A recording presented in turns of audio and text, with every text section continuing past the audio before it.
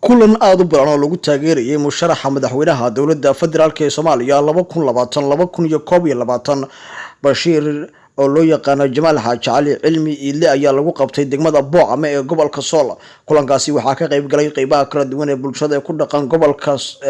degmada Boocame ee gobolka Sool isla markaana soo dhaweeyay musharaxa madaxweynaha dowladda federaalk ee Soomaaliya 2020-2021 Bashiir Jamaal Xaaji Cali Cilmi Iile.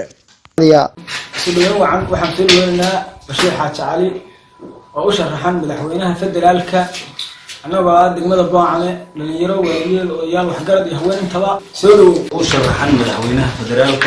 وحنلنا هي سلو ويننا وحويه نن أبيكتوما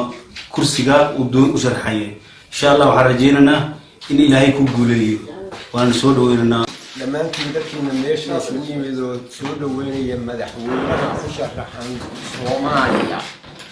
بشير حاج علي أنا كسود ويننا نقول ياشي بوعمة صلاة الإسلام كان كسود ويننا هيل يهونا ونلقى فعلنا تلك ودولينا الله كدوليو بشير سودو ولا سودو inuu ku guuleysto ilaahay ku guuleeyo anana waan ku garab taaganahay oo ka soo jeedo gobolka Sool ilaahay waxaan mahad u celinayaa Bashiir Xaaji Cali oo u sharaxan madaxweynaha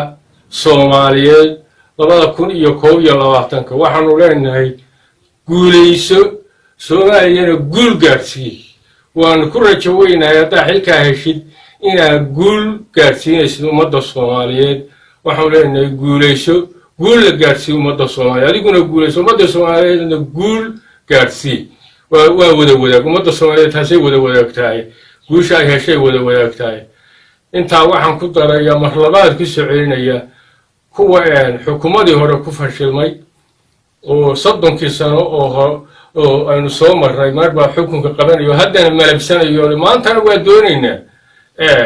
وإني كدو عيننا يسكنستا وحقبتكينا عرقنا يفعلديني وحا عمر خاطير انت مدحوينه الصومالي صومالي وادقرانسا وحوري عبد الله عيسى هذا عبد الله عثمان واحد انتي لصومالي والقرانا لكن